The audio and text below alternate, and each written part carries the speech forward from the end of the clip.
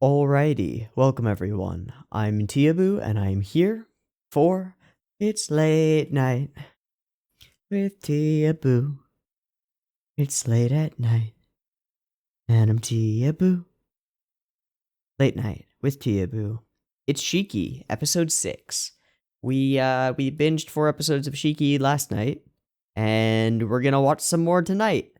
I'm a little bit more on than I was, so maybe my commentary will be a little bit better. I haven't gone through and edited the last one, but I'm pretty sure that I was just sort of mostly silent, which is really fucking boring, and I'm sorry. Sumimasen. So I'll do my best to actually talk about what's going on. You know. Anyway, Shiki, episode 6. We left off with creepy guy who I don't like, wandering through the streets, being all creepy and mean and sociopathic. And then he ran into the librarian dude, vampire, who jumped out at him from a tree, and yeah, he's gonna be dead now. Or dead. Toru, I think his name is Toru. Best friend guy, only friend guy, is also dead. Or dead. Thanks to, crazy creepy pink hair bitch. Who's really creepy. We've got this other narrative building with the little girl and the priest, which is really interesting. Yeah. She's like a little philosopher. I don't know how old she is, like, in real years, not how old her body is, you know? Like, she's dead and she's stopped aging, so she could be hundreds of years old.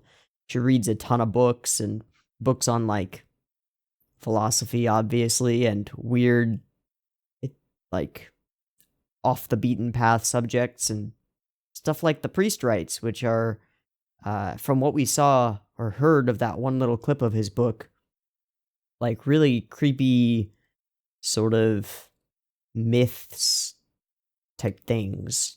I don't know. So we're mostly following the doctor as the doctor tries to figure out what the fuck is going on, and we're following the main dude as he partly tries to figure out what the fuck is going on and partly just is, like, dealing with shit. Because he is really... he's got no clue. He's just terrified at this point. Of course, he's a calm, cool, confident protagonist dude, so he's not showing terror, but the creepiness is definitely getting to him. And getting to me too. It's but not in like a it's making me afraid way, but in a this is extremely effective way. Yeah. I'm thinking after, like, I happened to read some of the first lines of some mal reviews of Shiki, and people don't seem to, like, to enjoy the first few episodes of Shiki very much. And I'm thinking that I might want to make a video about that, about what the first few episodes are doing and just how effectively they're doing it. And to do that, I would definitely have to rewatch them with more of a note-taking analytical mind. And I probably won't record that because it'll probably be pretty boring. But I've got, like, a video essay idea kind of brewing in the back of my head on Shiki, on, like, the first few episodes of Shiki. And like, I'm not sure what the thesis would be, but I basically want to argue that they're an extremely well formulated and well presented horror setup, and use that as a springboard to talk about, like, the ways that horror films are and are not effective. But I'm not sure what I want to talk about. I just want to understand what it's doing, because at this point I've found this thing, Shiki, and I'm aware that it's doing a bunch of stuff that is beyond my comprehension. Like, I'm aware that the structure of the episodes and the pacing of them and the shot composition and the sequence composition is really effective at creating a specific atmosphere, but I can't quite put my finger on exactly what is being done to make it so effective. You know, like with Sakuga, it's pretty easy to do this, right? It's like, this is an effective and cool fight scene because look at it. Ta-da, right? It's sort of like, as long as I can say, like, there are these really cool smear frames in here which give it like a sense of super fast action or whatever, then it's really easy for me to just like say that, and then you're seeing it, and so you get it, right? But with horror directing, it's a little bit more difficult. And part of it is like, there's a line between making things clear and explaining the joke, if you will. But in this case, it's like the opposite of a joke. It's explaining why a scene is scary, right? Or why it feels tense.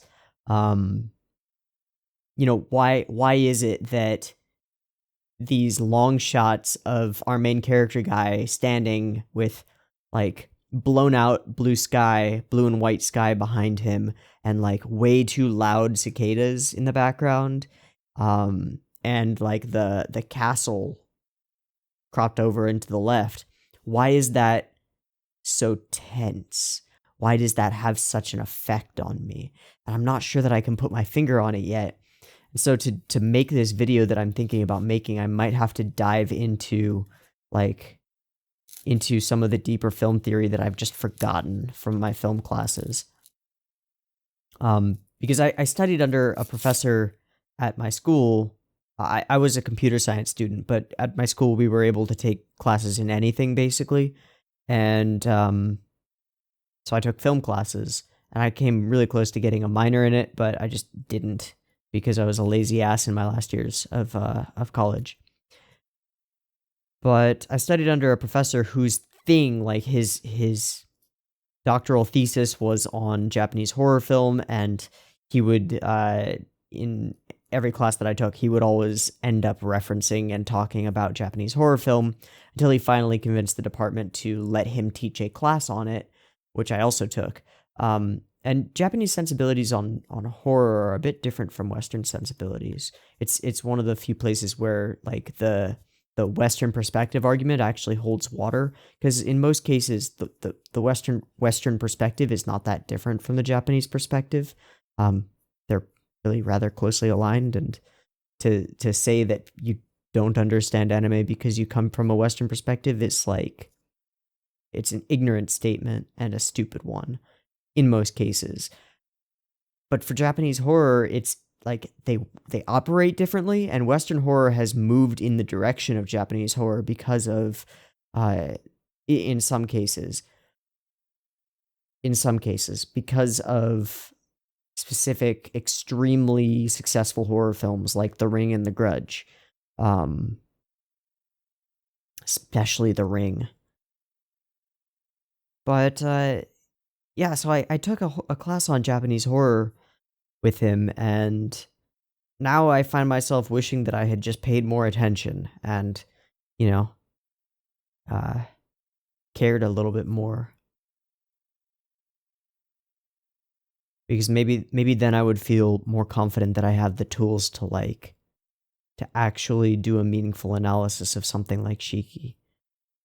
Regardless, I'm going to want to do this analysis, and so if I have to, I will go and I will find and acquire the tools on my own. It just would have been easier if I had kept them, if you know what I mean. Anyway, this is quite an aside. We're already 12 minutes into recording or so. So, let us continue with Shiki. And maybe just maybe, the thesis that I want will spring forth from the later episodes.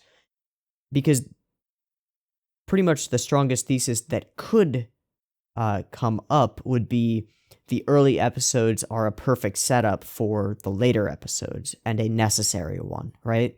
Like, that's a strong thesis, but I don't know if that holds water because I haven't seen the later episodes yet.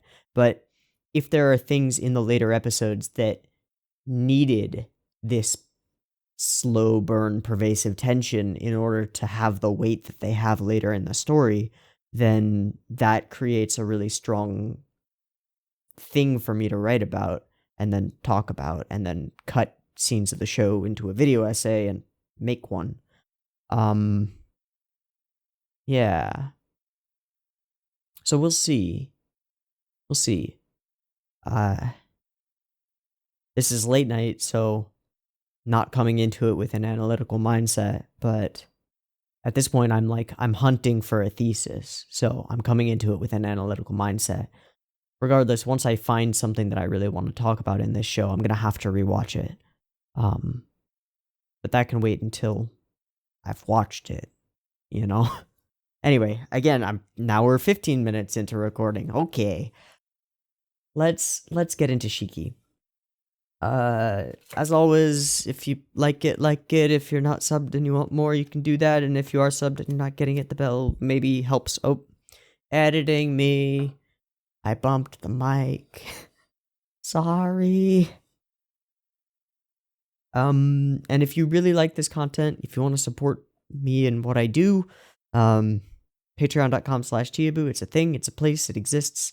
You can give me money and get early access to a bunch of my content and hang out in the Discord and vote in polls, and yeah, it's the best. Yeah. Alright. Let's get into Shiki. On YouTube, it'll be timer-based. There will be a beep-beep timer. It'll go boop, boop, boop, beep, and on the beep and the green light, that is the same frame that Shiki starts playing. If I remember correctly, Shiki is available legally through Hulu and Amazon Prime, and totally legal means through Nya, of course, because everything is available through Nya. If you don't know what I'm talking about when I say Nya, look for a video of mine called How to Torrent Anime, and it's like 40 minutes long, and it's probably worth watching. Yeah.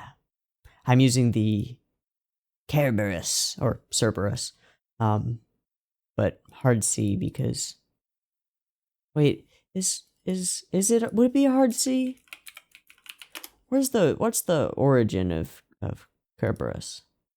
It's Greek mythology, so it's Cerberus. Really? Really though? Where is it? This is the IPA English page. Yeah, where's that S thing? I'm using like a weird S thing. Oh, it's just an S. I'm an idiot. So it's Cerberus. Huh. And it's Greek, so it's not Cerberus. I'm an idiot. I'm doubly an idiot.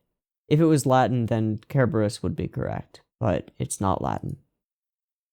Because in Old Latin, there are no soft consonants. There's no soft C or C that sounds like S. It just isn't a thing.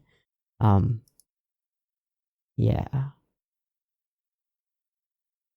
Same with G. There's no J sound in Old Latin at all. Because J doesn't exist. It's just I. That's why it's Julius Caesar. Yeah. And then G is always hard. Like Gaius. Or Agrippa.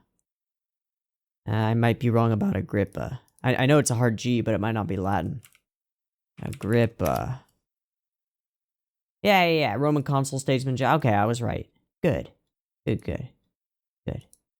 don't want to spread misinformation. But yeah, G is always hard. S never sounds like Z. It's always S. V's or W's. Weni, weedy, wiki. It's not Veni, vidi, viki. All of that stuff comes later in Church Latin, which is basically a bastardization of Old Classic Latin pronunciation. Yeah. This was a weird aside. Now we're 17 minutes in. Welcome to late night. There'll be a beep beep timer. It'll go boop boop boop beep, and on the beep and the green light, that is the same frame that Shiki starts playing on my screen. So if you're playing along with your own media in whatever form that takes, that's when you want to hit the button. Also, oh right, I'm gonna upload these to BitChute.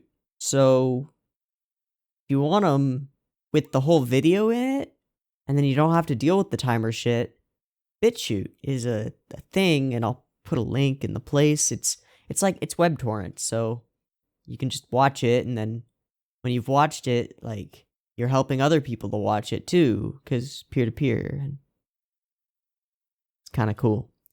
But yeah, once I upload something to BitChute, then you don't have to deal with, like, mega limits or any of that bullshit, and nobody can copyright strike it, because it just exists in the ether of the peer-to-peer network, unless everybody who's ever watched it deletes it, and, like, that's just not gonna happen. Because I think BitChute keeps a copy. I don't know. I'll have to look into how it works. More in depth so that I don't spread misinformation. Late Night with Teeaboo, aka Misinformation with Teeaboo. You're welcome. I'm just trying to help. Anyway, BB timer goes here. 19 minutes. God.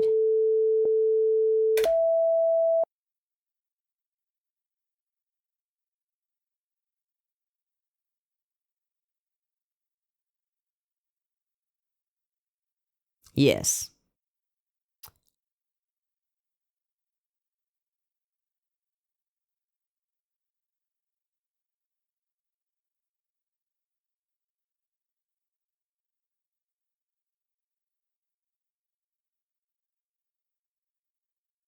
Weeping.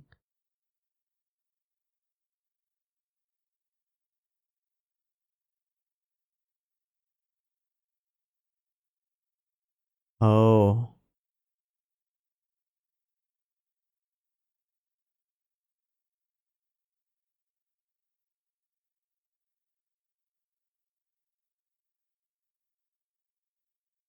Fuck that rewind shit.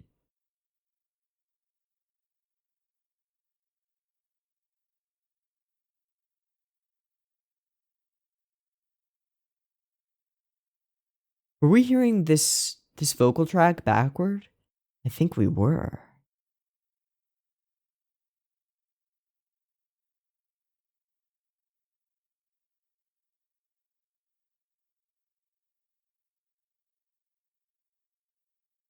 And then fast forwarding through it. Wow.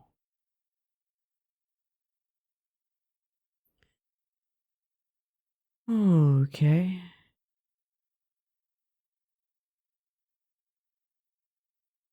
I love this fucking OP.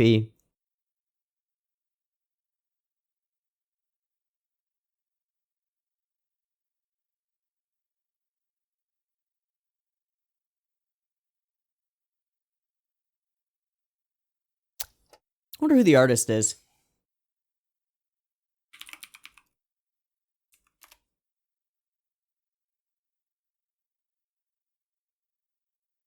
Bucktick.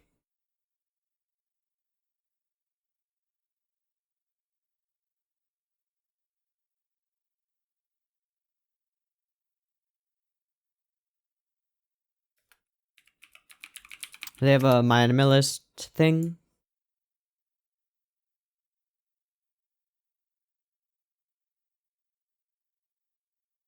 Shiki, Nightwalker, only vampire songs. Trinity Blood, and XXX Holic.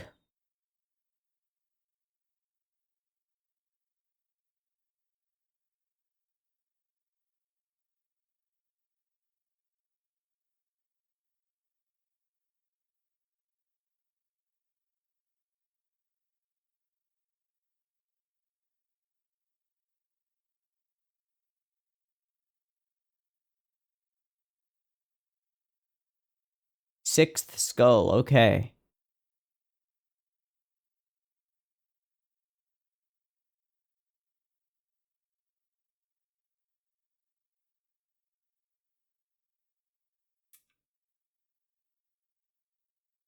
Yeah, you haven't invited any of them in.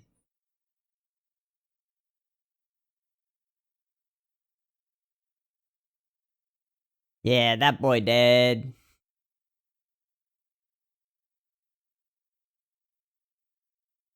This boy about to be dead. Yup. Oh. Oh. I thought we were getting an explanation of the thing. Like why Toru or whatever didn't have bite marks. It ain't a cold.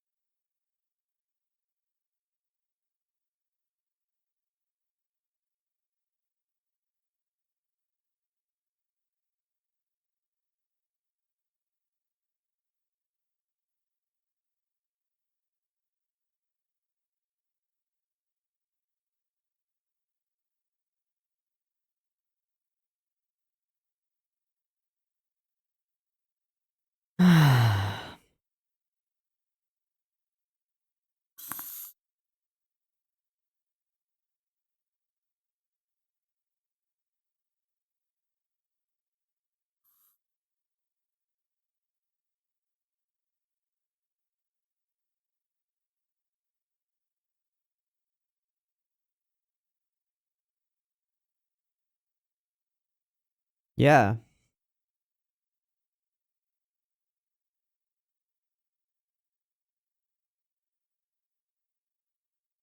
Not at all. Have you tried garlic or stakes through the heart?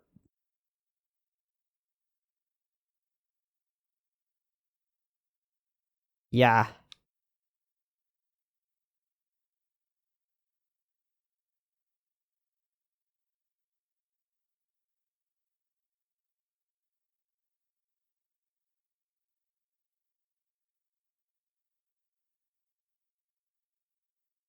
They all quit their jobs.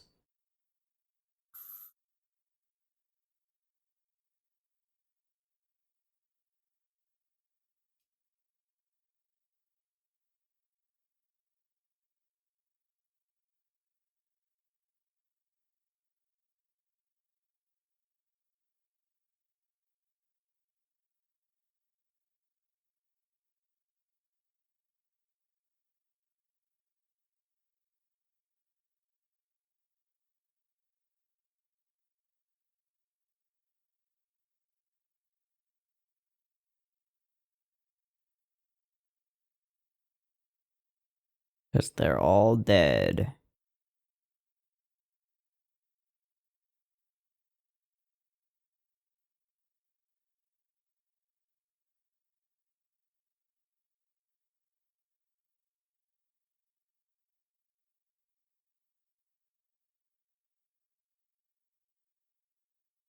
Nah, you got blinders on now.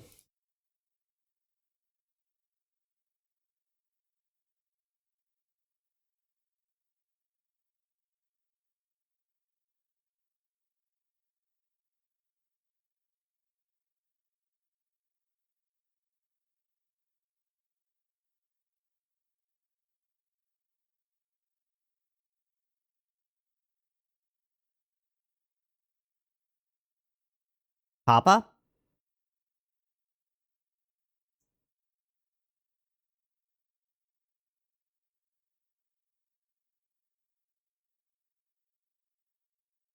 Papa's a dick.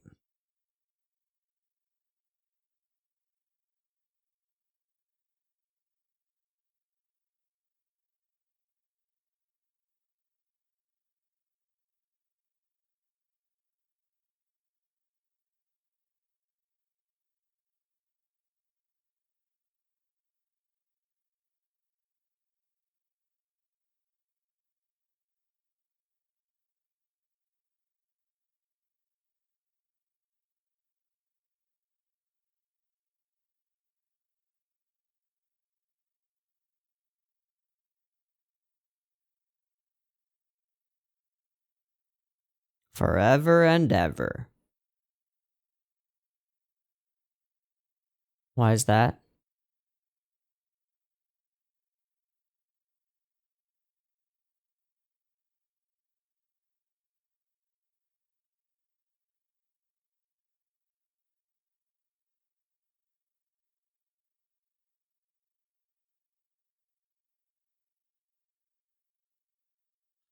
Well.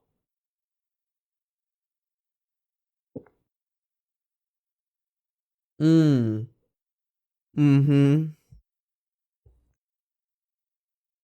Oh, how awful.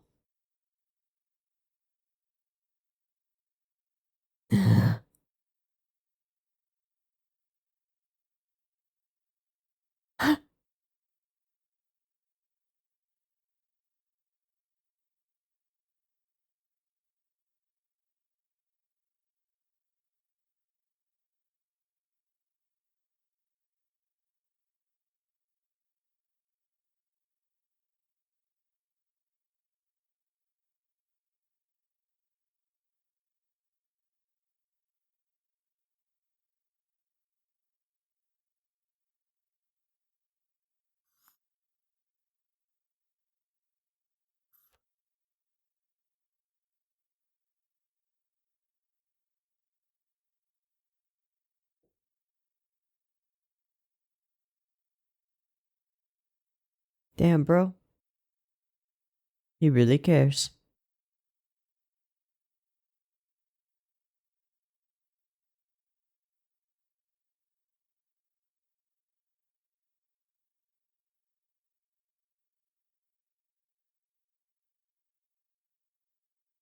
Oh. Oh. Oh. Is he fully dead? I assume so. Nobody's checked on him. Oh. Movie, vampire. Hmm.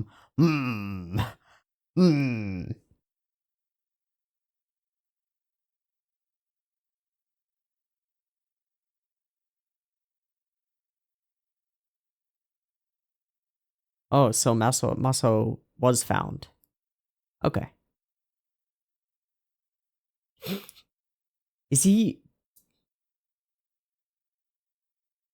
Oh, he's researching through fiction.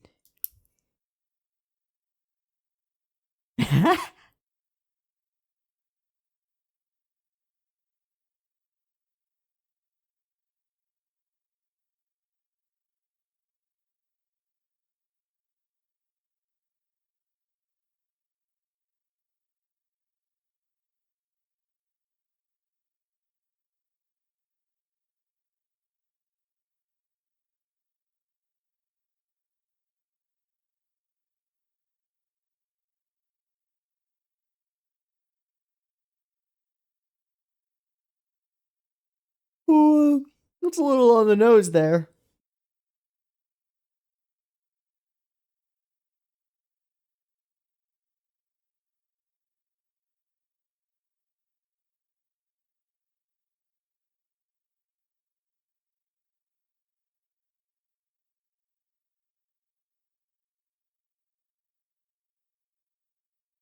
Hmm.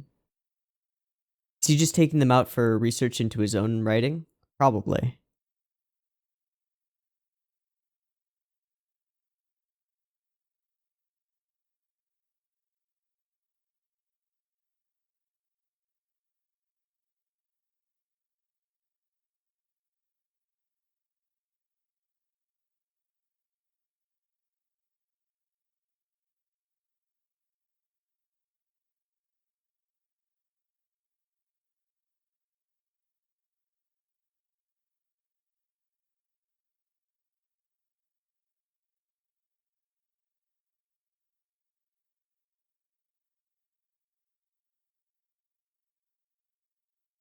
That old man has creepy eyes.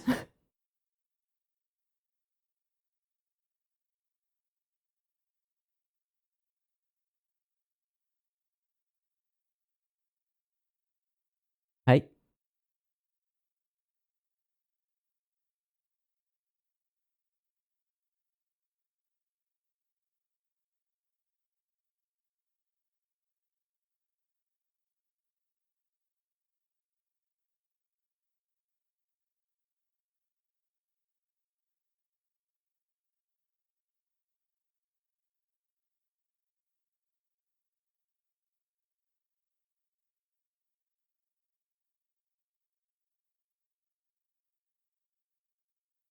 She looks like the Dracula lady.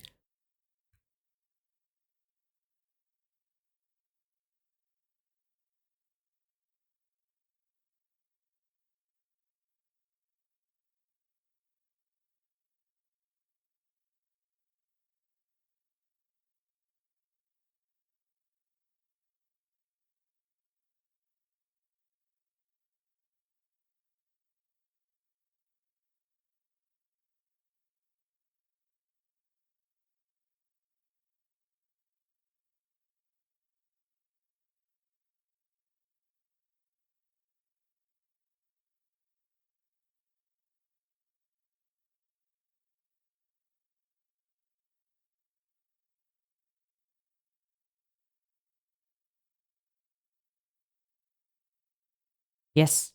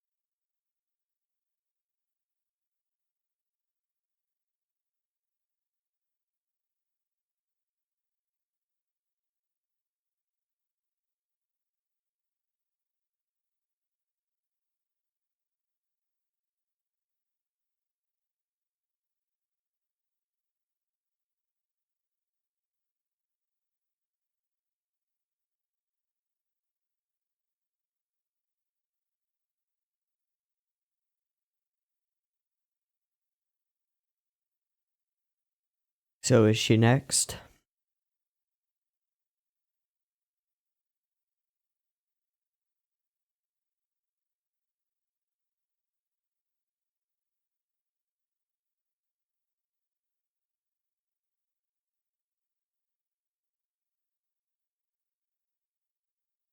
So is she doing better because of the blood transfusion?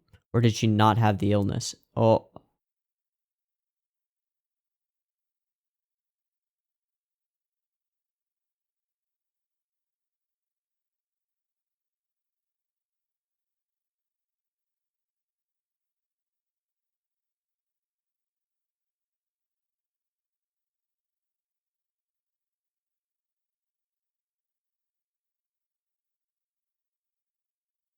the full blood transfusion.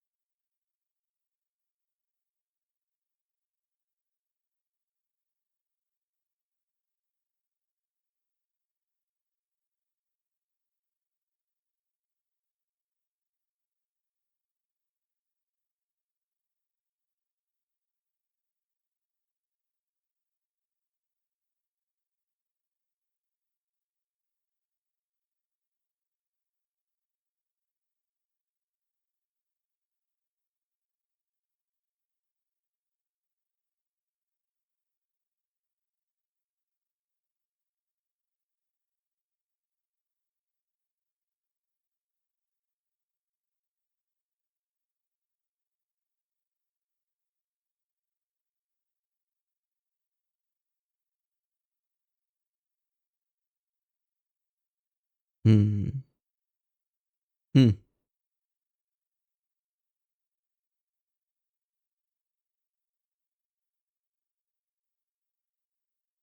I don't know, bro.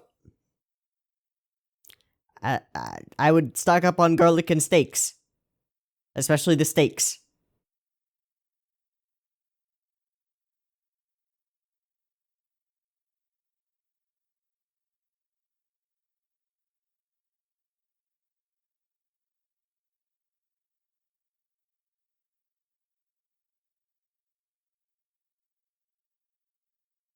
So she didn't come in and she died.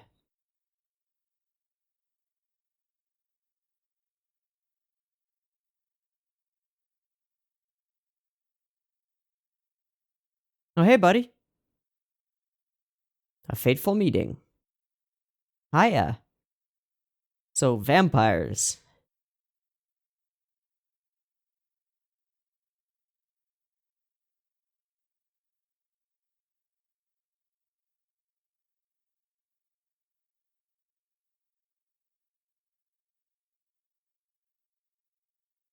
So I saw her not being dead recently.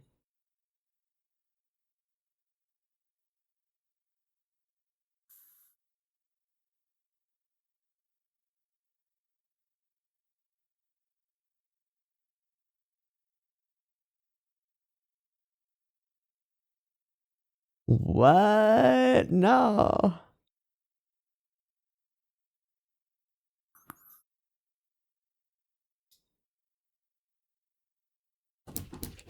Finally! Finally, Doctor.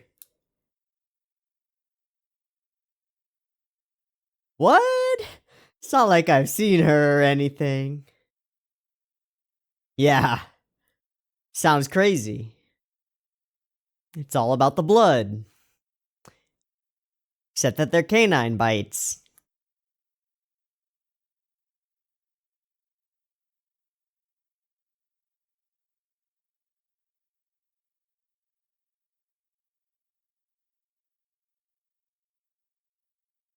Nah, it can't be that.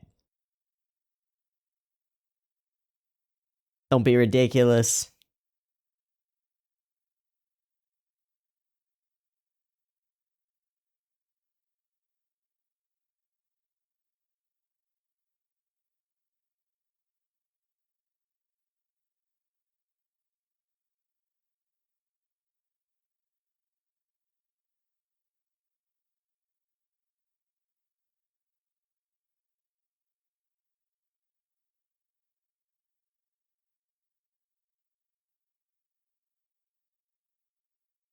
That's a good idea. But they'll never believe you. Yep. Not wrong. Who's watching? Ah! The worst. The worst possible person to be watching.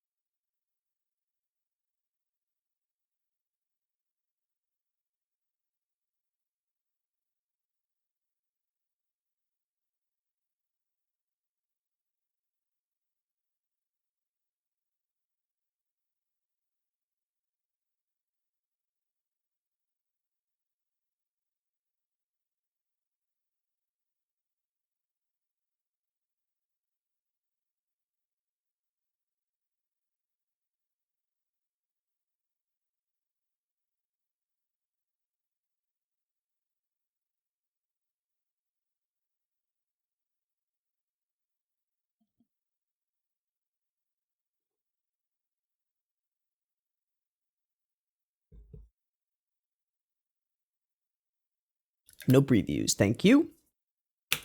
Okay, so we finally are coming around to the idea of them possibly being vampires, and there might be something more going on here. Finally. So great. So that means to me that like the first 5 episodes are all, well, I guess really it's the first 4 episodes that are all purely set up, and then we get the sort of payoff in episode 5 with the fangs and stuff. And then we get the like start really solving the mystery in episode 6. Interesting. So we get introduced to the idea of the Doctor's old man, who I assume is going to be an important figure in his mental state in the future, because he doesn't want to be like his old man, ordering people around and being a jerk and stuff. Oh boy.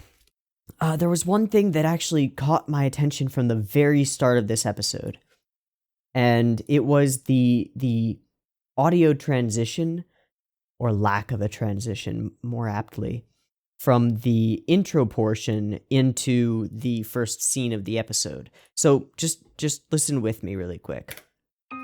We start off, we've got this music and like voiceover and all this stuff. Got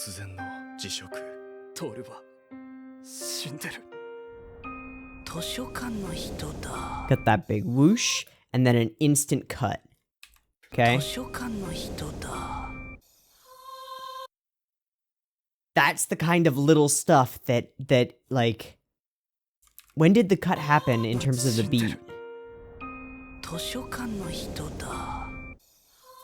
Ah, so it happens right before the next piano note should fall.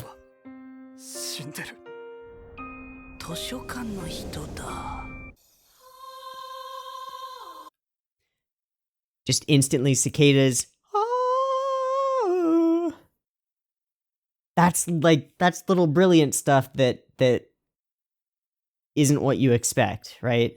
And that's what horror directing is all about. It's all about continuously the unexpected, right? Yeah. Yeah.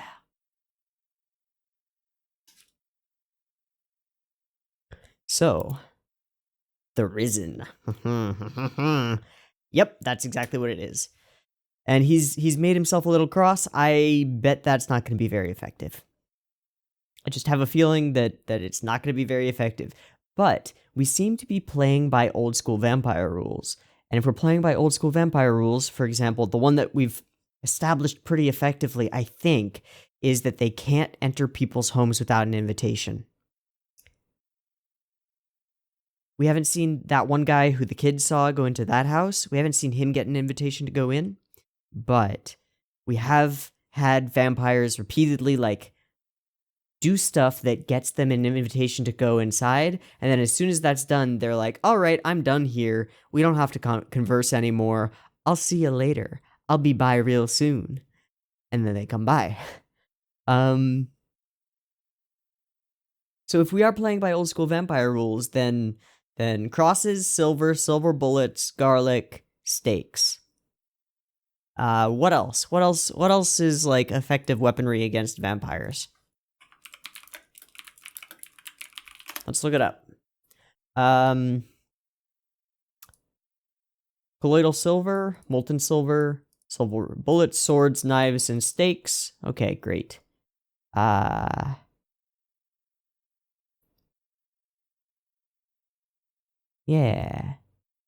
Tranquilizer dart guns. Fire, that's right. That's right. Holy water. That could work, but we're in Japan, so no luck.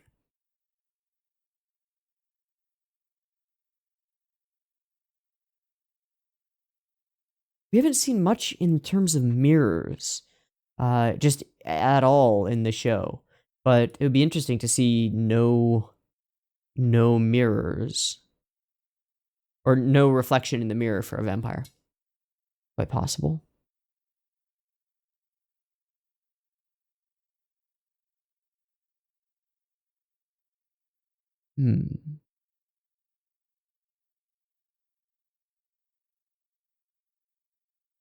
Okay, interesting.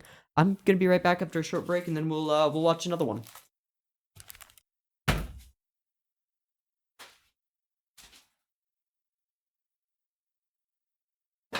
Damn.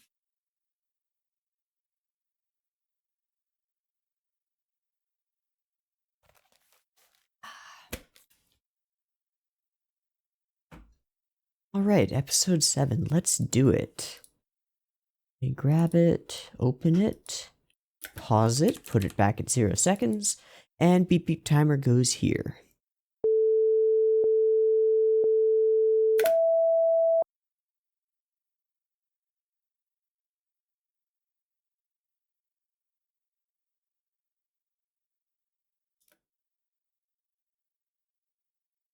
Yeah.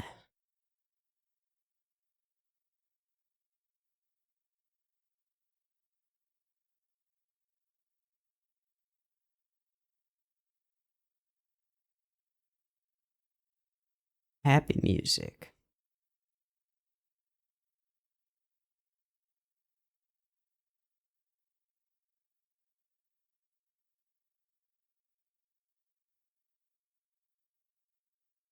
Oh. Ha. I'm in a coffin.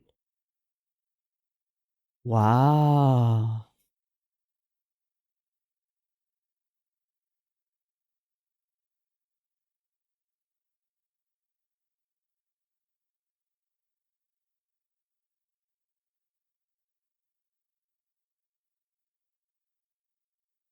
So he's the first character that we see buried alive.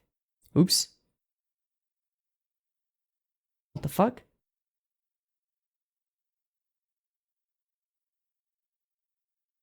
Sorry. I'll try to normalize that audio. My scroll wheel just went weird.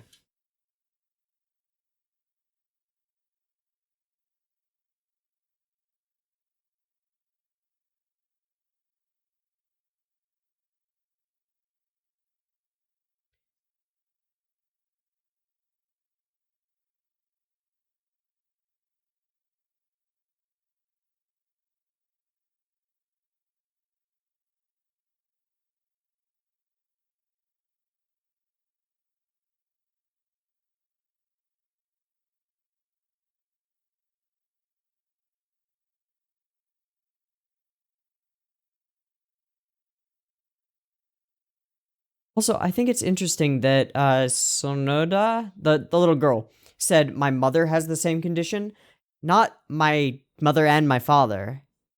And the father doesn't appear to have the same, like, big black eyes of doom and death. Is he human?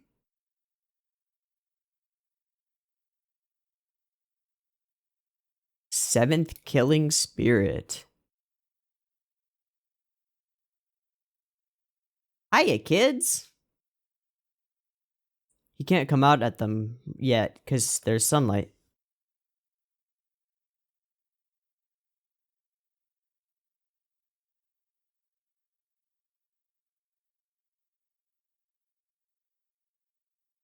Nice mislead.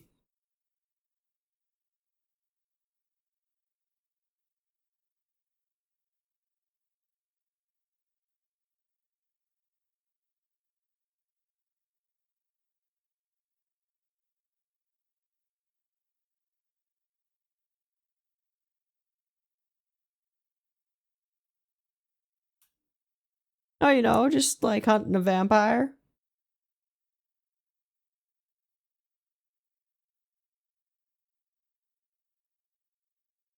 What? That house? That's not fishy.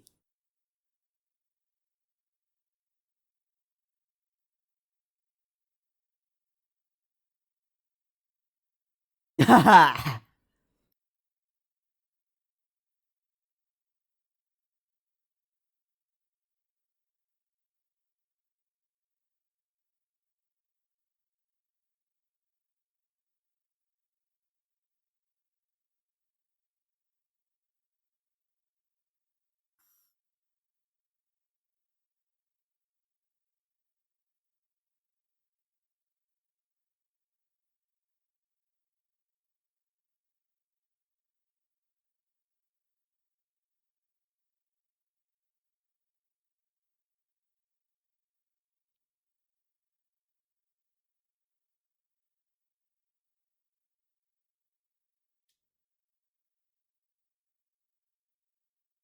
Huh?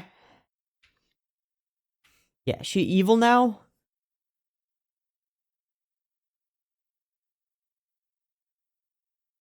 Yep. Yep. Also, we've featured these three together, standing together in the OP. So. Ah, that's a good idea. It's a great idea. Oh, fuck. What are you gonna do about it? Huh?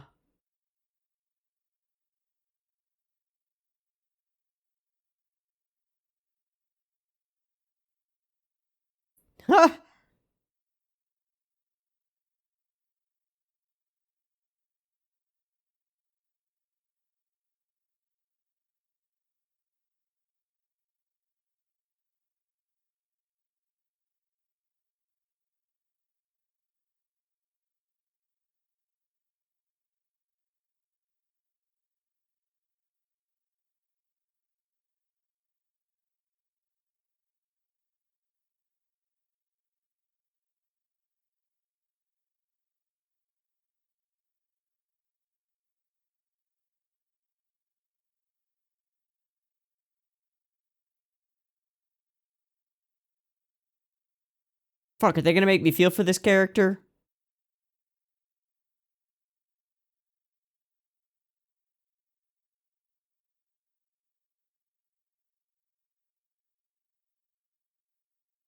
Oh, fuck.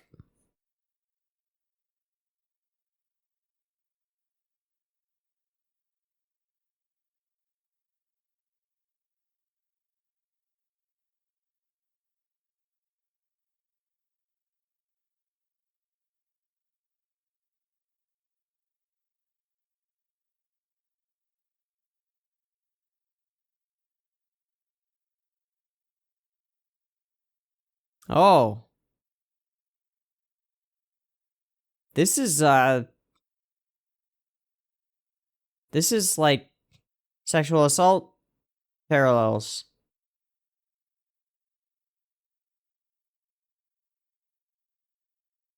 So he's just continuously feeding off of this guy.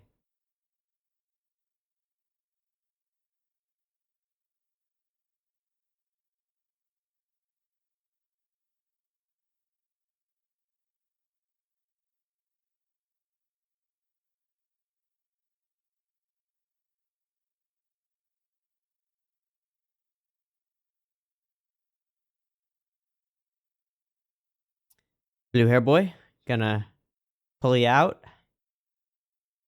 Yep. Hello. Welcome.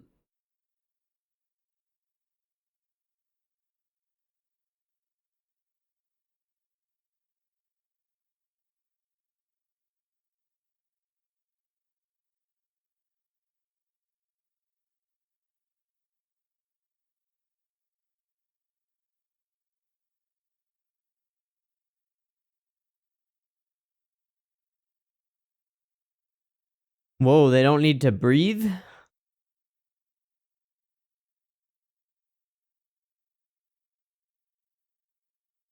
They don't need to breathe. So he has to force himself to... Whoa, that's weird.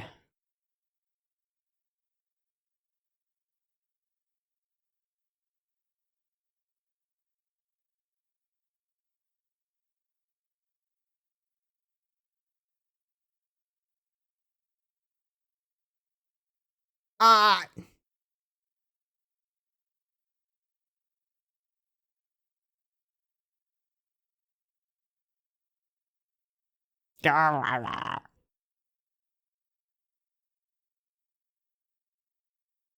Huh?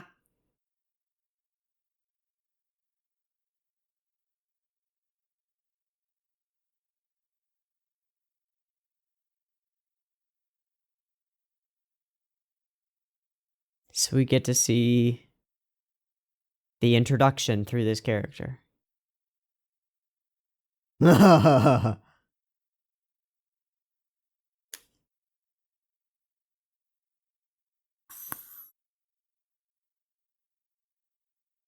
What determines that? So not everyone who's bitten comes back.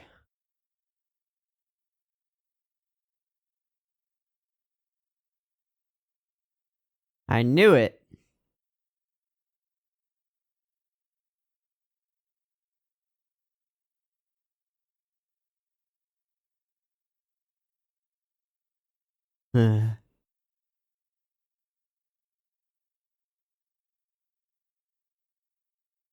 Sunlight.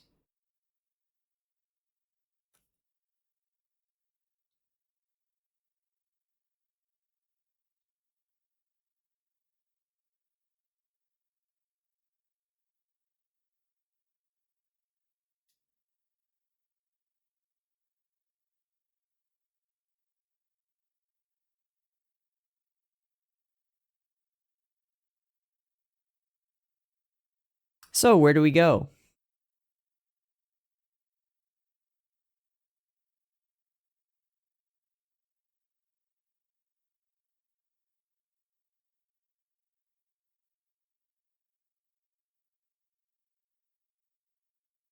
The house? Or...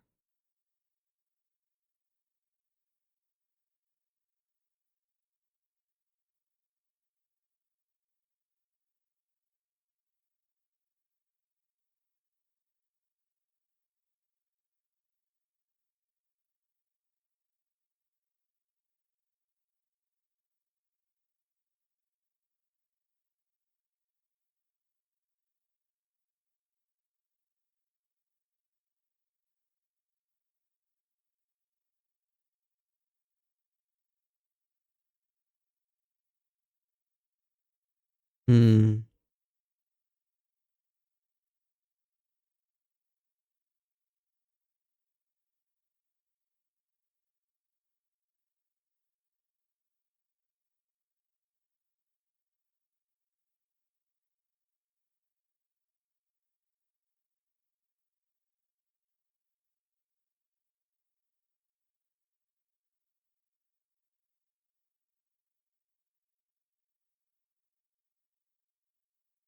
You will.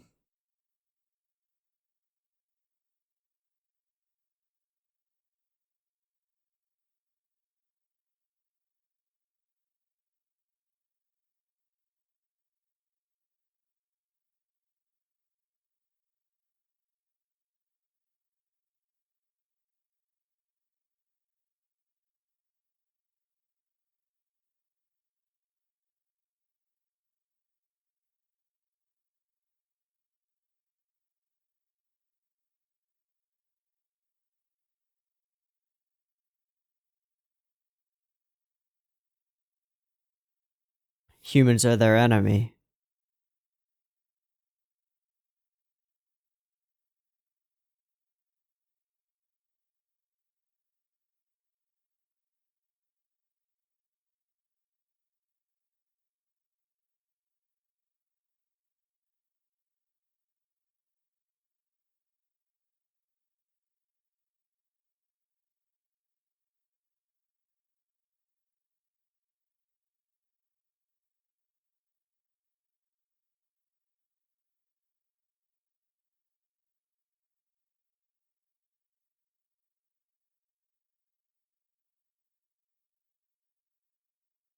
Ha!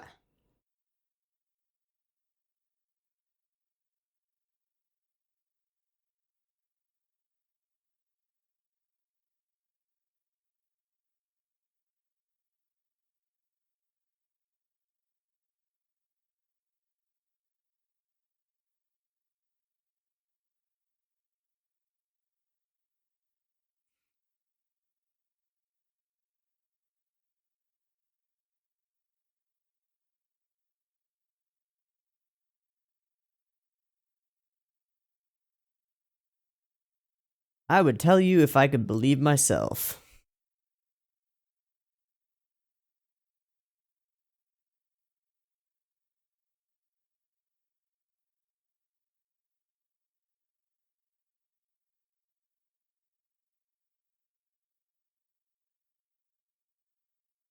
What?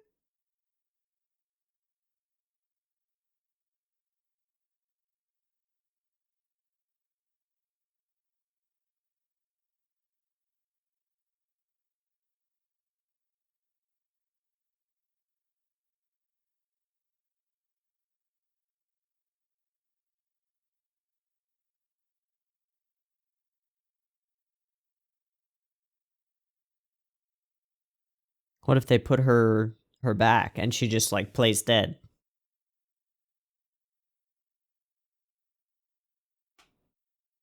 Huh?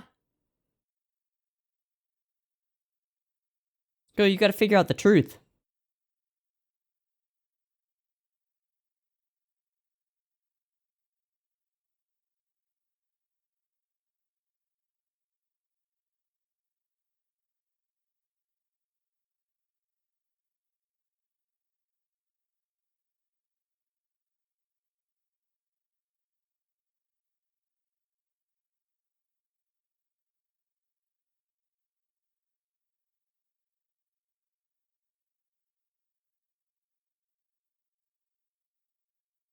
Good. So let's have a little chat. Whoa. His mom's still alive, and she looks mean.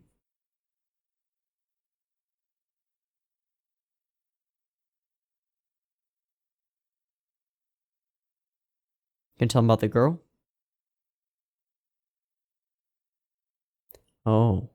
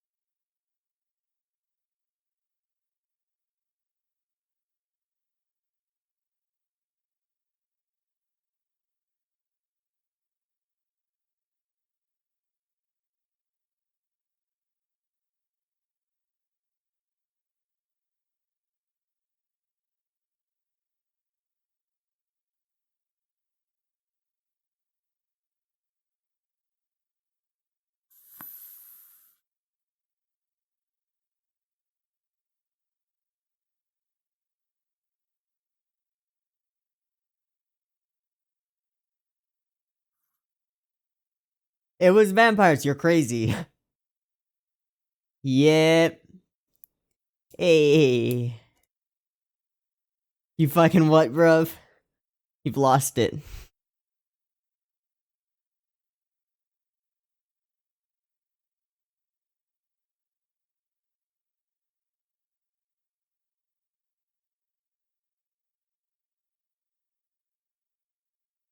Everything makes sense, but it's crazy.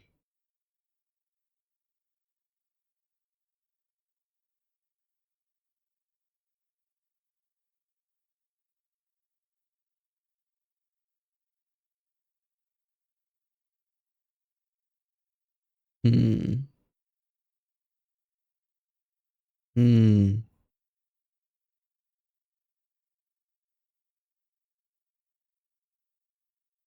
Let's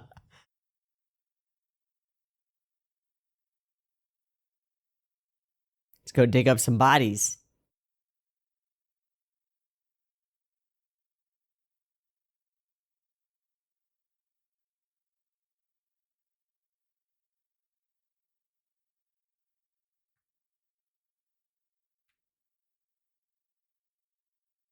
Maybe.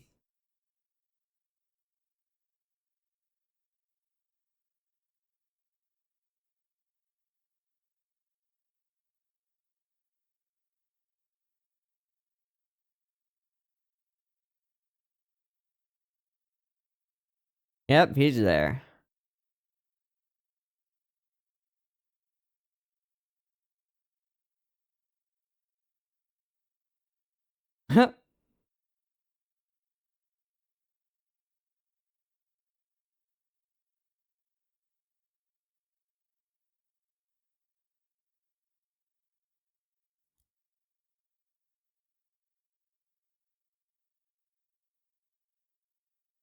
Yeah.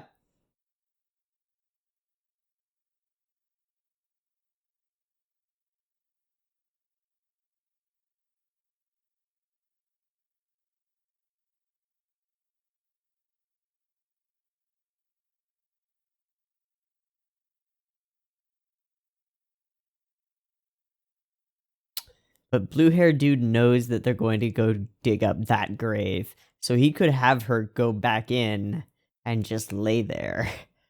It's like, I'm dead. Hee. You know nothing.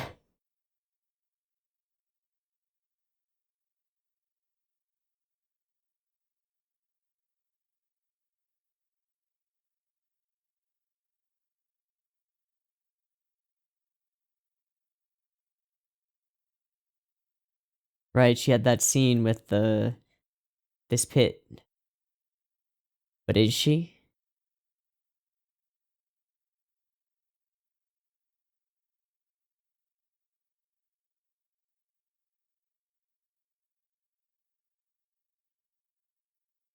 Skipu. All right, so we get to see the rising from one of their perspectives, and they choose the least likable character in the show so far, Masao. Somebody who we like. They've gone out of their way to prevent us from identifying with this guy. He is weird and creepy, and like nobody likes him, and we don't like him, and we are forced to identify with him because he's our only point of view character for this whole experience of rising, of coming awake.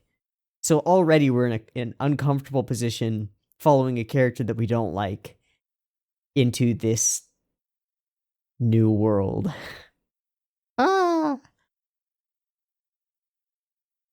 And we get to see him be kind of humbled by Blue Boy, whose name I don't remember. We find out a bunch of interesting stuff. Not everyone comes back. Only certain people come back as Risen or vampires or whatever. So you're special. You're our precious friend. And then he starts carrot sticking him. Dangle the carrot. You're our precious friend. You're special. Stick, like threatening him. If you don't follow my orders, you're gonna die. And also, I'm special. I'm immune to sunlight, and I can stay awake during the day, so I can kill you. That's interesting. What makes him special, I wonder? Is it bloodline or something like that? Because in vampire fiction, there are like pureblood vampires, right? Like the children of vampires. Maybe. So, we get our first sort of moral conflict, really. It's nothing to be concerned about, it's just like killing animals. You can't be selfish like humans forever. So, humans are kind of the enemy. Humans are viewed by the vampires as selfish and foolish and all sorts of things. An inferior species. Think that's gonna be a big deal in this show. Just feel it. And then he tells him that you've gained the privilege to kill. And even so, Masao chooses the glass. And this is interesting because Masao is a character who has always been he's had like a chuny infatuation with death and despair and stuff like that. But when it comes down to it, when it's down to brass tacks, he chooses the glass. To actually go ahead and do it himself is something that he can't do yet. He'll get there.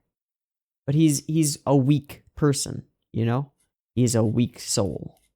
So it makes sense. And all of that set up for him as such a weak, sniveling brat makes sense for that. It's pretty good. We saw the doctor's mom in the window. So his dad appears to be dead because we've only seen him in flashback form.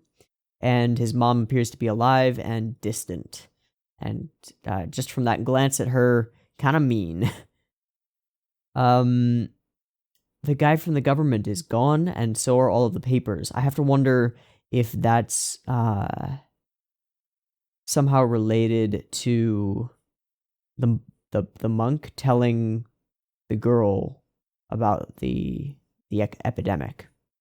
Maybe not. I don't know. Props to Toshio for just coming out to his friend and just being like, yeah, so it's vampires. Just saying, bro, I'm the doctor here, and I'm pretty sure it's fucking vampires. And of course, the priest is like, dude, what? Dude, what? Have you gotten any sleep? You okay? But he's straightforward about it. Like, if it's vampires and they can hypnotize people to move away from their jobs, then everything makes sense. And it does, because the moving truck is probably owned by the family and driven by the blue hair guy, and he probably goes and picks up families and takes them away, and they feed on them and then dispose of their bodies. And nobody is the wiser because they're like, oh, they quit their job and moved away rapidly. That's weird, but it's not they suddenly died. So the mortality rate doesn't skyrocket, but the mortality rate is still really high. In part because they can't control all their underling vampires, you know? Like the library guy, you know? He wasn't under orders to go and kill Maso, so they can't contain their own spread, which is potentially their downfall. Or at least it's the reason that they've been found out so soon. So the other thing is that we are now unable to involve the government because we can no longer prove that all these deaths are happening in the village, let alone why. So what we have now is like a closed loop. Like, there's no outside help. It's just war in this village between humans and vampires. That's it. That's all there can be. Which is great. I love it. Yeah. Alright, I'm gonna wrap this up for tonight. Unless I decide to watch another one. Which I might do, but it'll be a separate video if I do. So, thank you for watching. I've been Teeaboo. This has been Shiki, episodes 6 and 7. I hope you've enjoyed them as much as I have, and fuck it, let's watch another one now. I just decided. Alright. 0 seconds, episode 8, beep beep timer.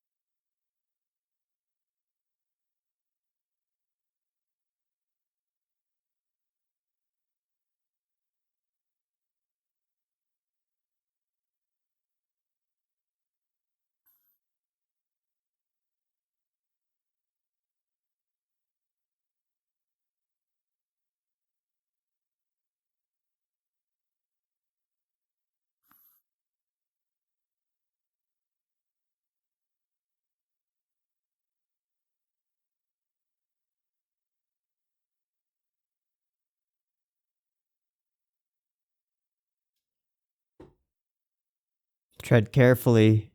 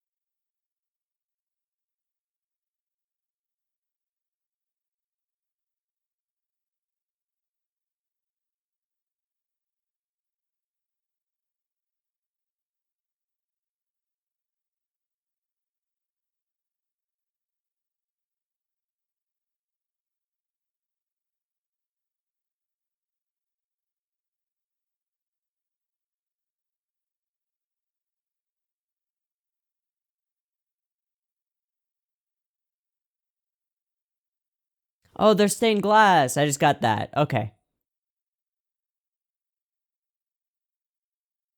Yeah, see those three together?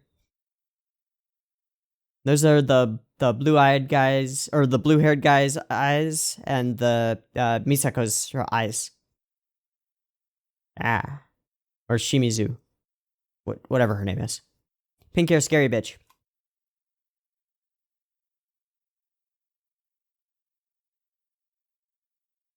Oh, that's the first one that's not an alliteration at all.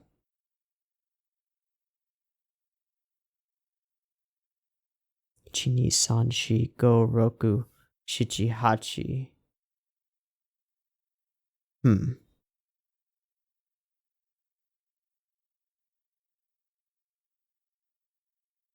Oh, the present. Is it empty?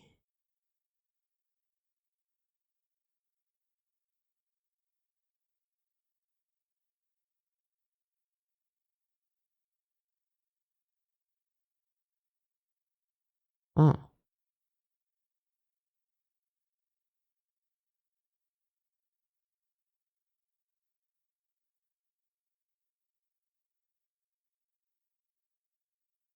Little tiny oversight.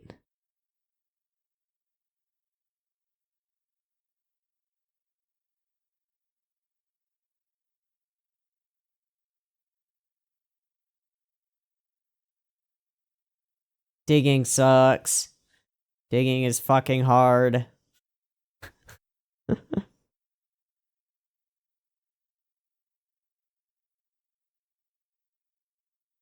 don't have much time left.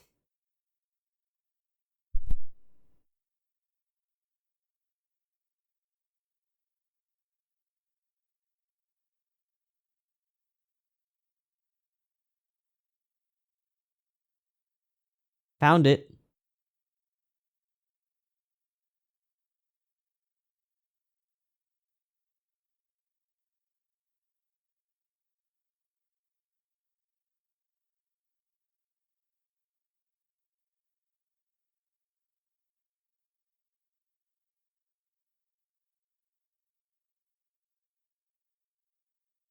That's some creepy sound.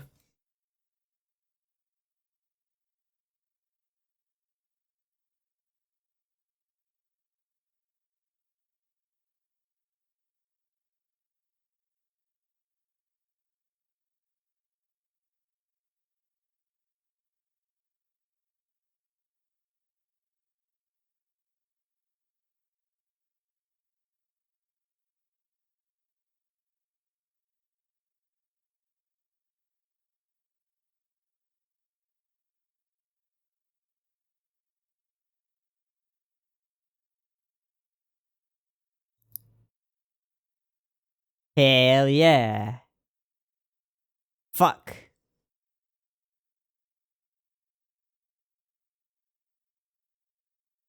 And she's here.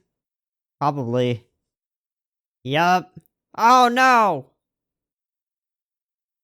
Oh no! Oh fuck!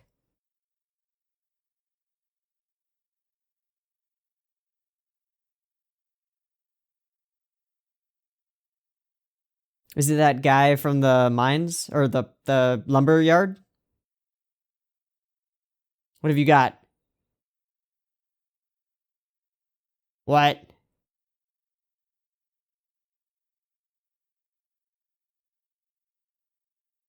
Ow. That was an interesting shot.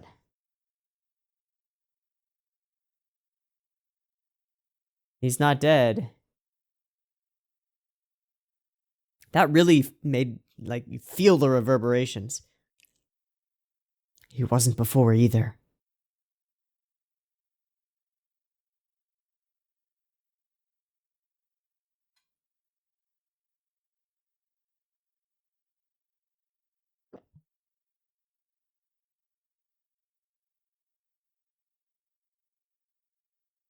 Yep.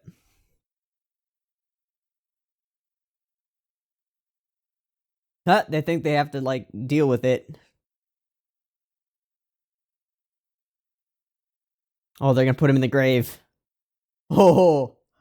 Oh, that must suck.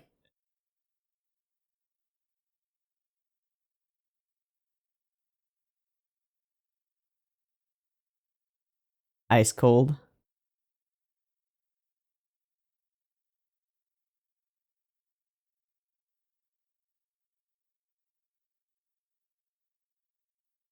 Yo, capture that bitch. Capture him.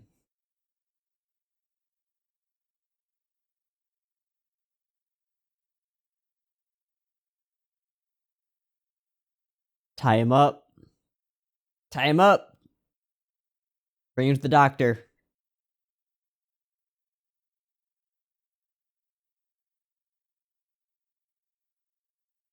Probably feels like he's a regular person, too.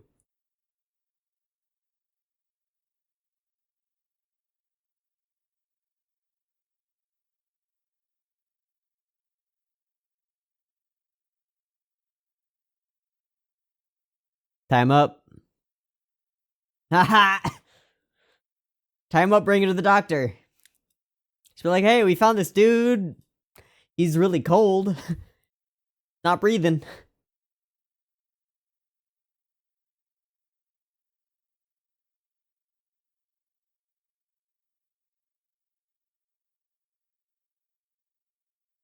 That's right.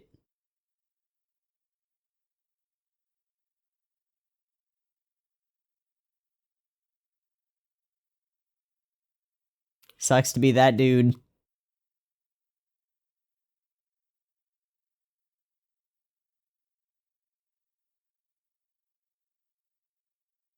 Heck, don't split the party. Ah, they didn't put him in the box.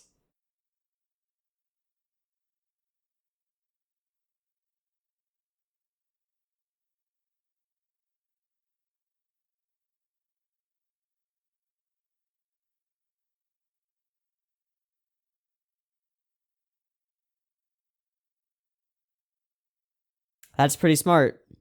Still think you would have done better if you had just tied him up and brought him to the doctor. Just played it cool.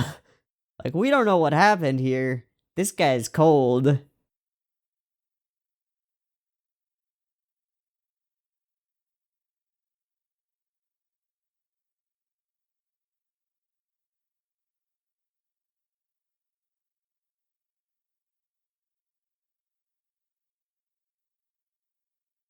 It's probably your sister freaking out too. Or it's what's his face coming to say hi.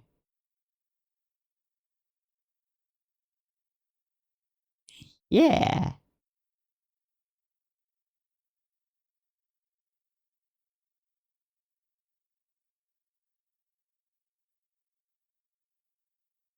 The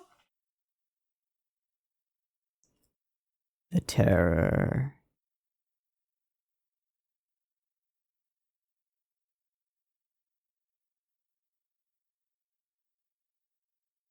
Yeah, but if he wakes up.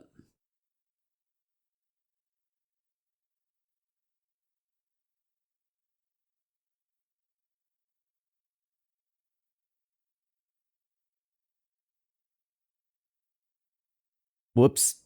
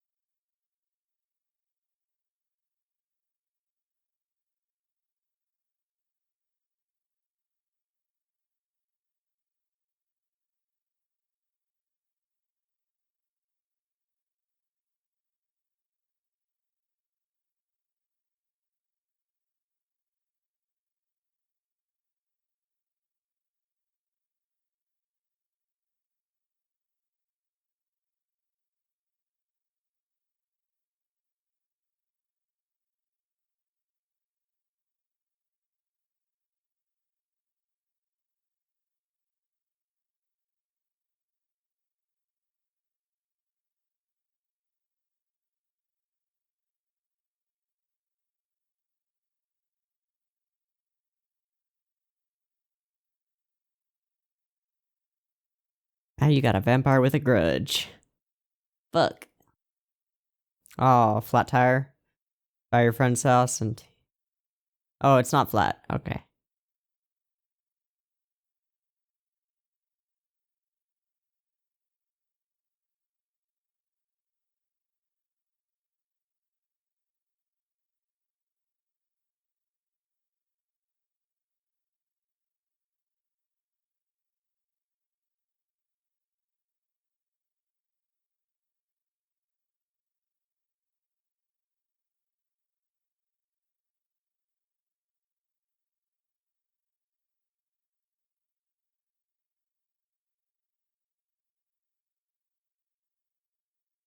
That's a silly idea.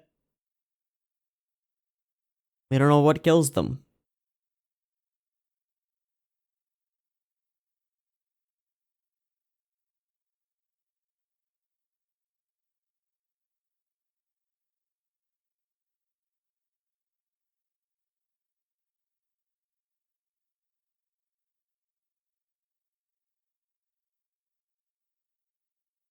Yeah, the rules are unclear. That one, though.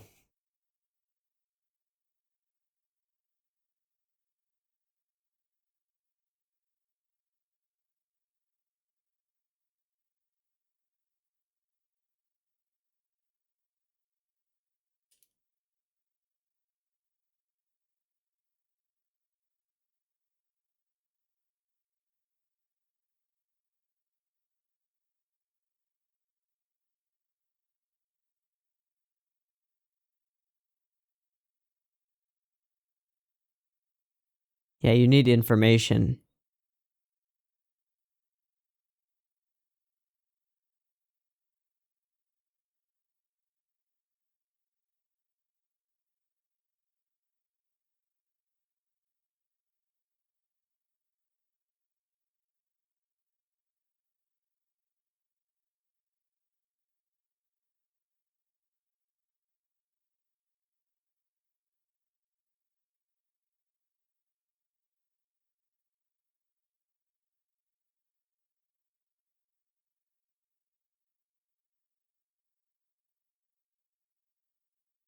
Yeah, but stakes to the heart and beheading.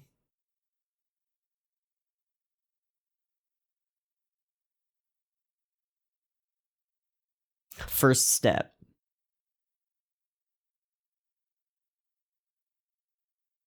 Clench that fist. Gonna have to. You're gonna have to.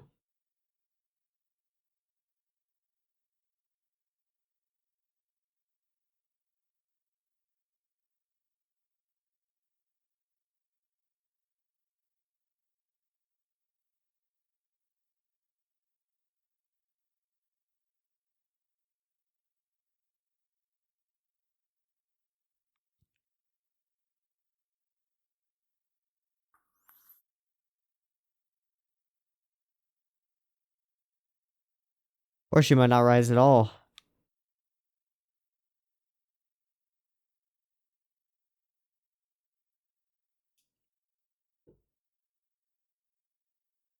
Will they run into the priest? Oh, hello.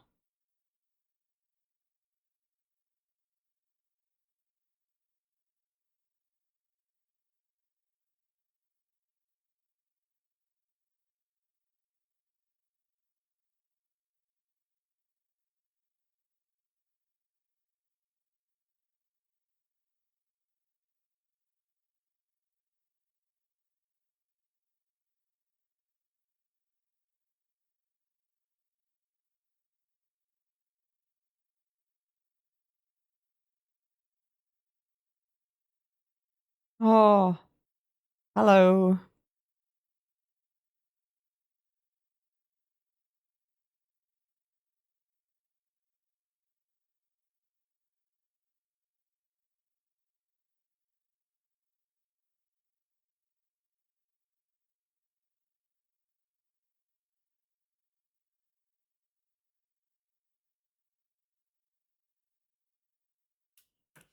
Don't invite it in.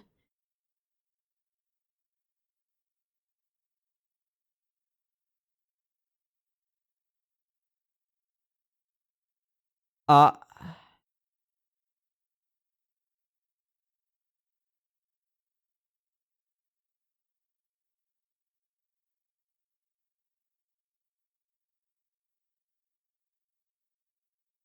Can't come in.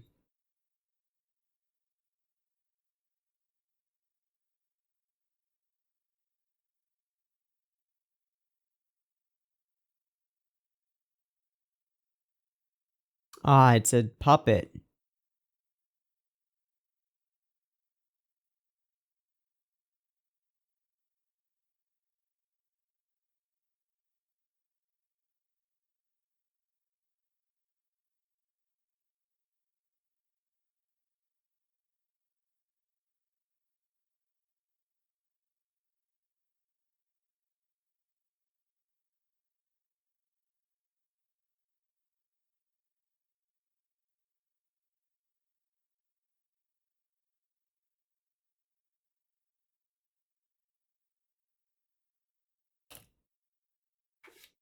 Well,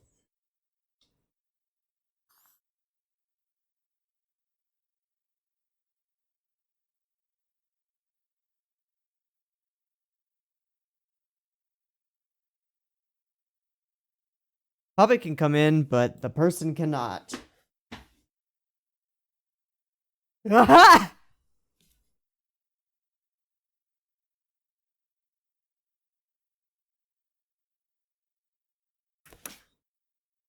Don't let her in.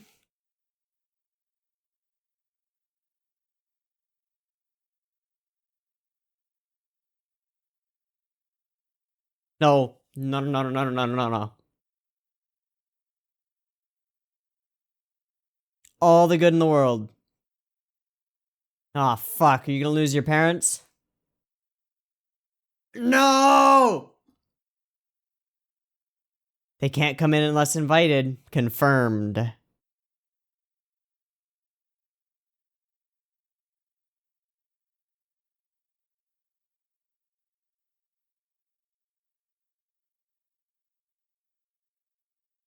Hypnotism.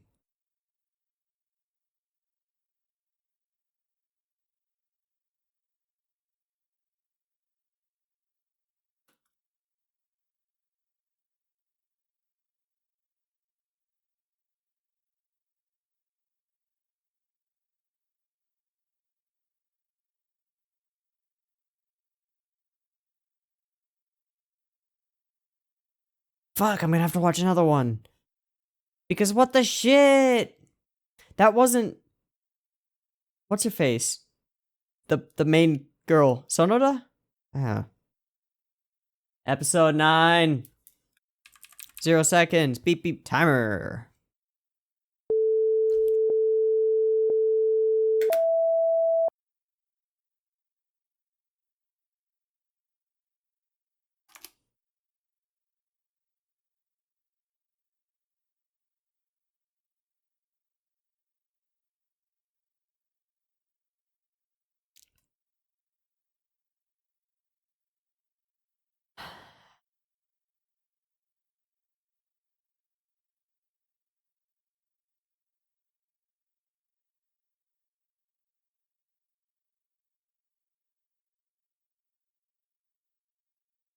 Hmm.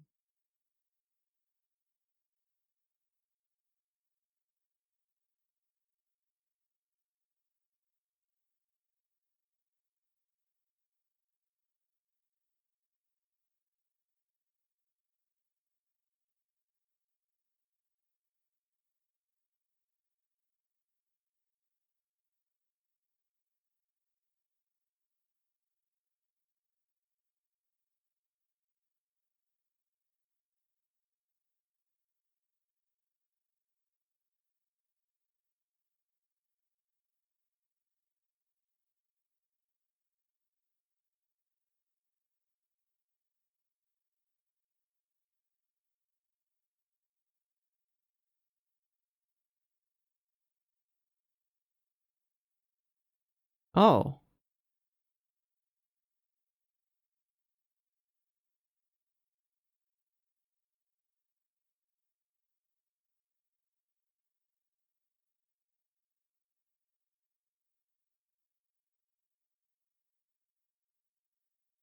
Okay, enable.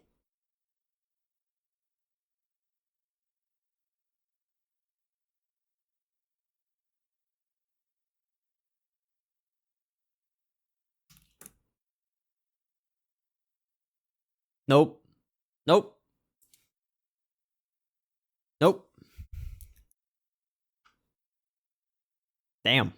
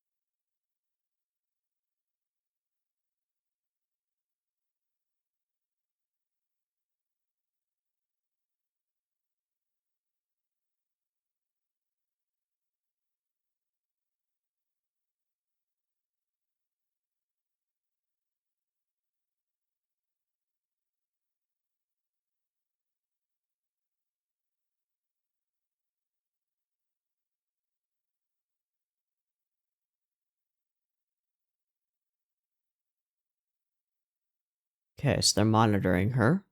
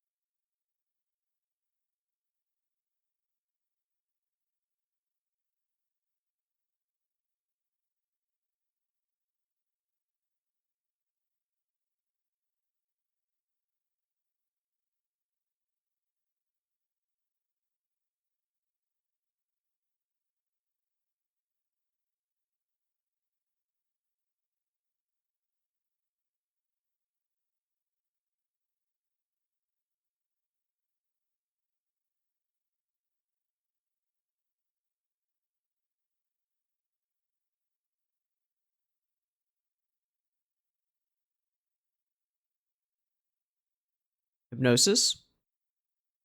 Or some kind of poison? Yeah.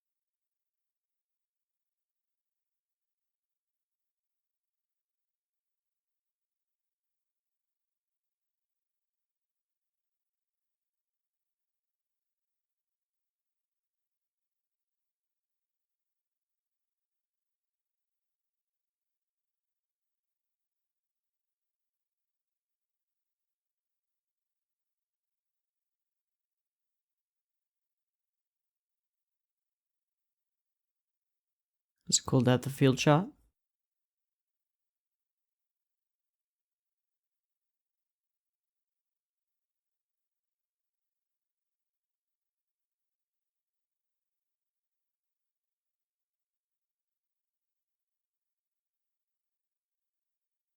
Because I don't want to tell you what to look for.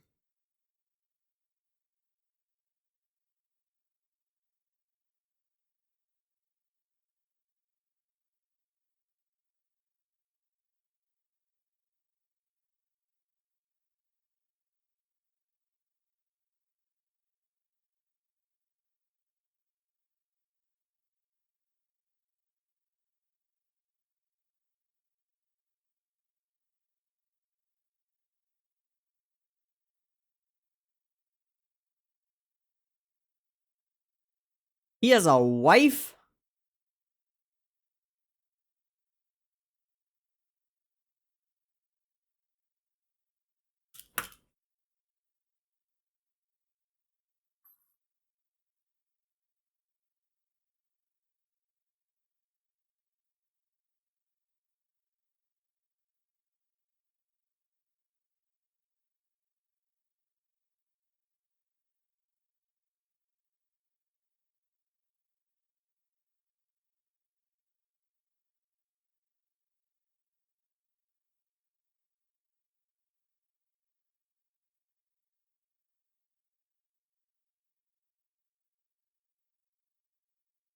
Aw, this bish.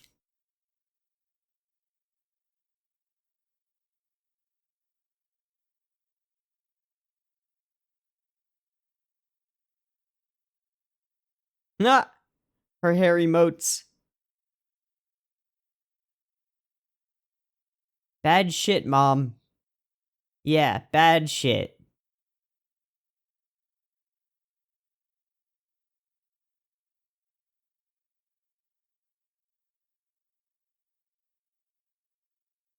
Fuck. Now the gossip is gonna spread.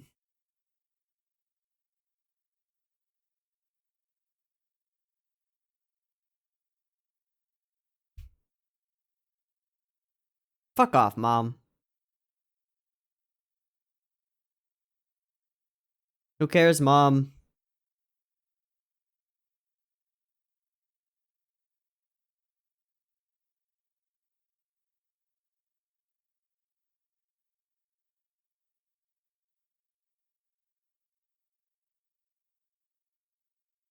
Haha. Fuck you, Mom.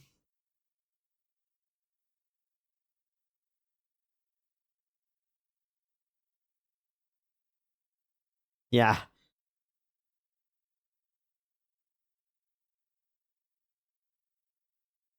Wait. Sister or?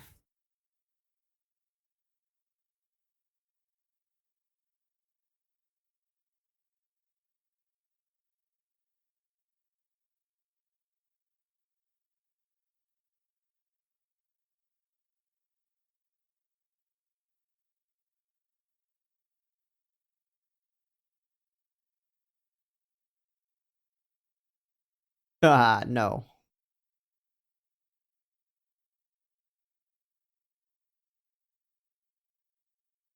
Hmm.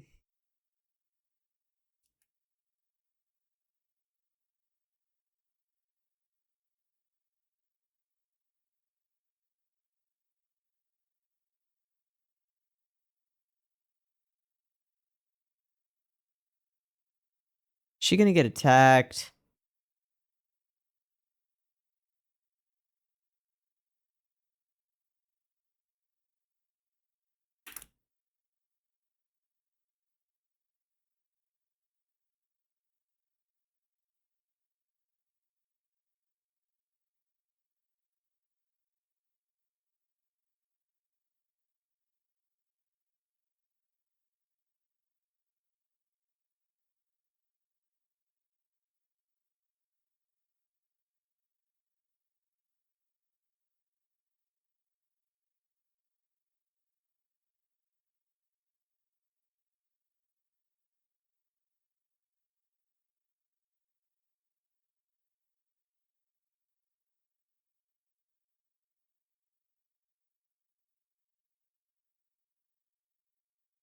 But what rules did they follow?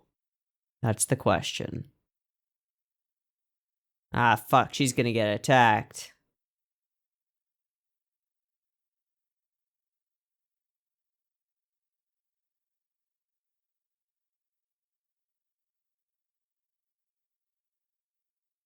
Yeah, she dead.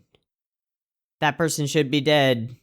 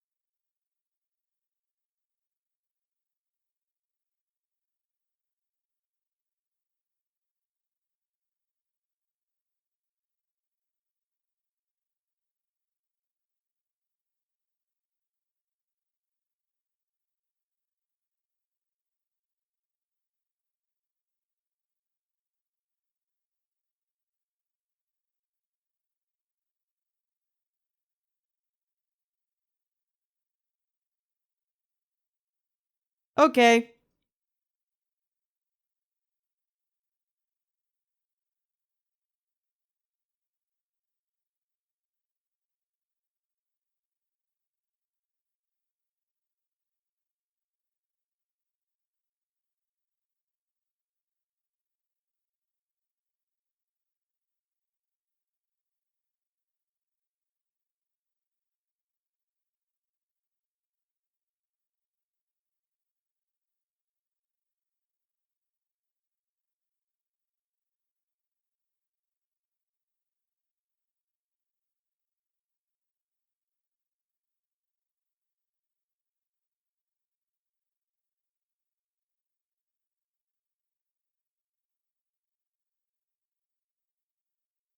Oh, really?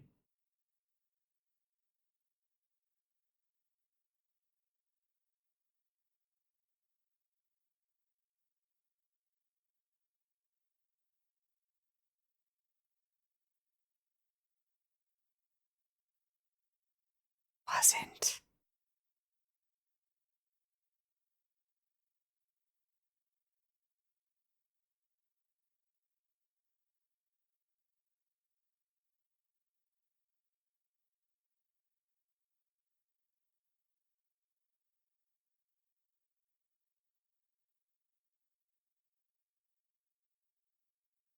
Don't invite them in.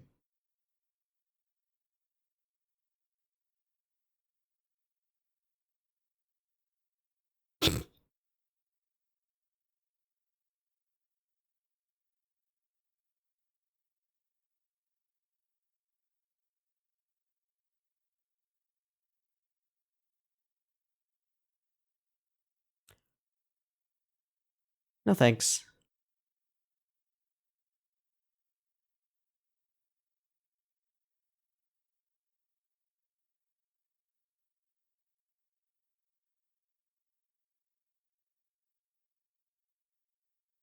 What if you don't? Why do I feel like you won't see him?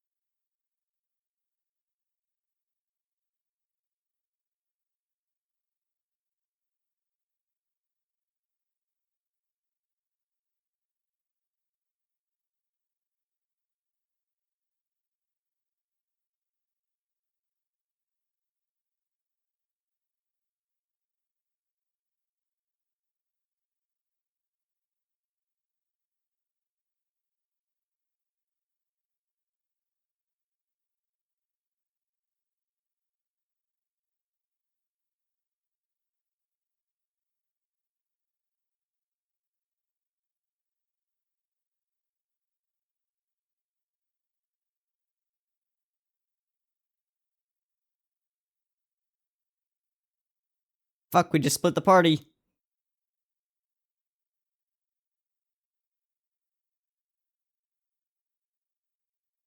Is Mama gonna invite her in?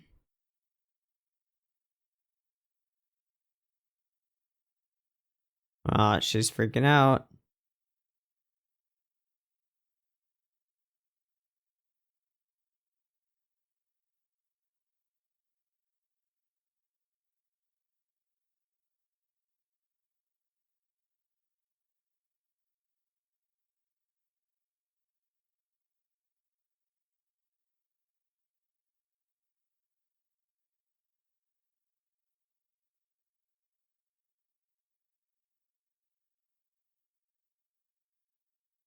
Uh-oh. Oh, God. That's a lot of vampires.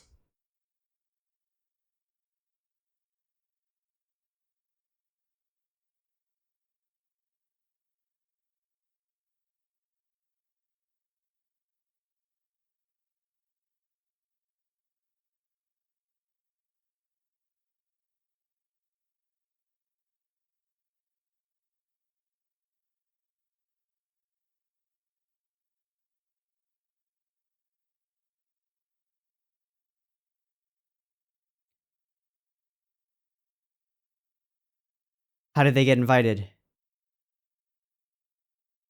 The wife! The fucking wife.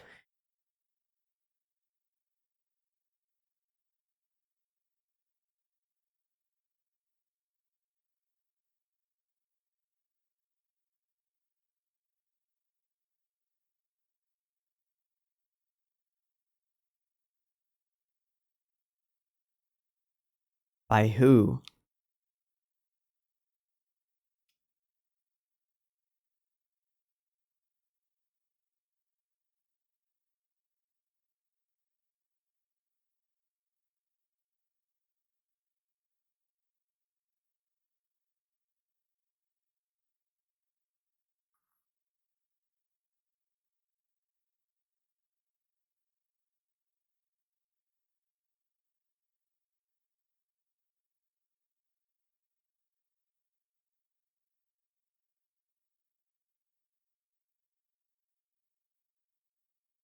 They all gonna feed on her? Yup.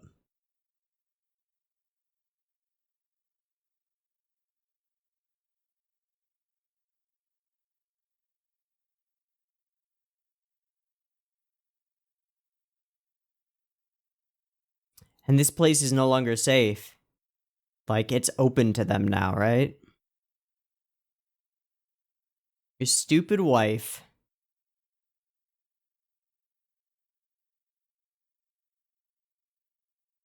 Nice.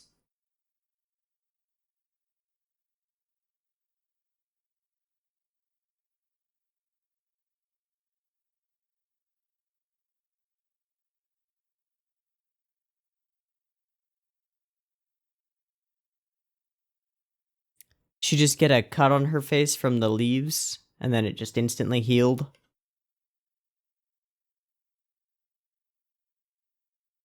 Wowzers. Okay, so they really do run by invitation in rule.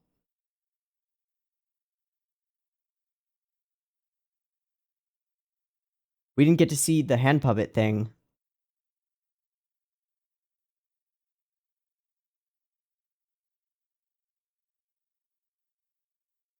His fucking wife. And we got our first mention of the title, and it's the title of the story that the young priest is writing. He's writing this story about this man who, like, everything turns to ash in his hands. Everything goes bad for him. But he's got a younger brother who's, like, super cool, and everybody loves him, and so he kills his younger brother. But why? And it's as if he's asking that, like, trying to figure out why he's writing this. Like, why is this the story?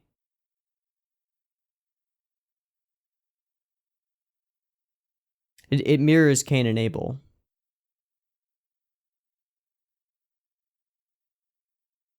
The younger brother who is beloved by God, and the older brother who sees himself as abandoned by God.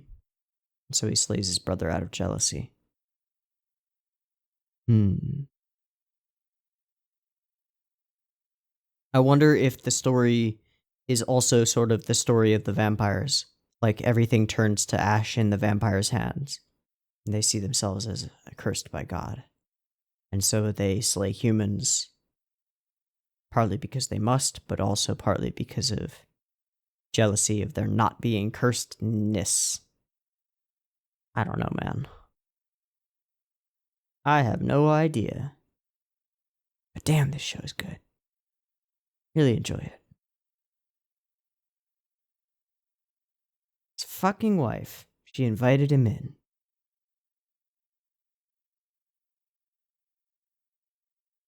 So the battle is sort of beginning in earnest. It's getting real out here. It's getting real. Alright, I'm gonna call it. I've been Teeaboo. This has been Shiki, episode 6, 7, 8, 9. Got a 2-hour recording going. Woo! I hope you've enjoyed them as much as I have, and I hope, as usual, to catch you in the next one. Peace.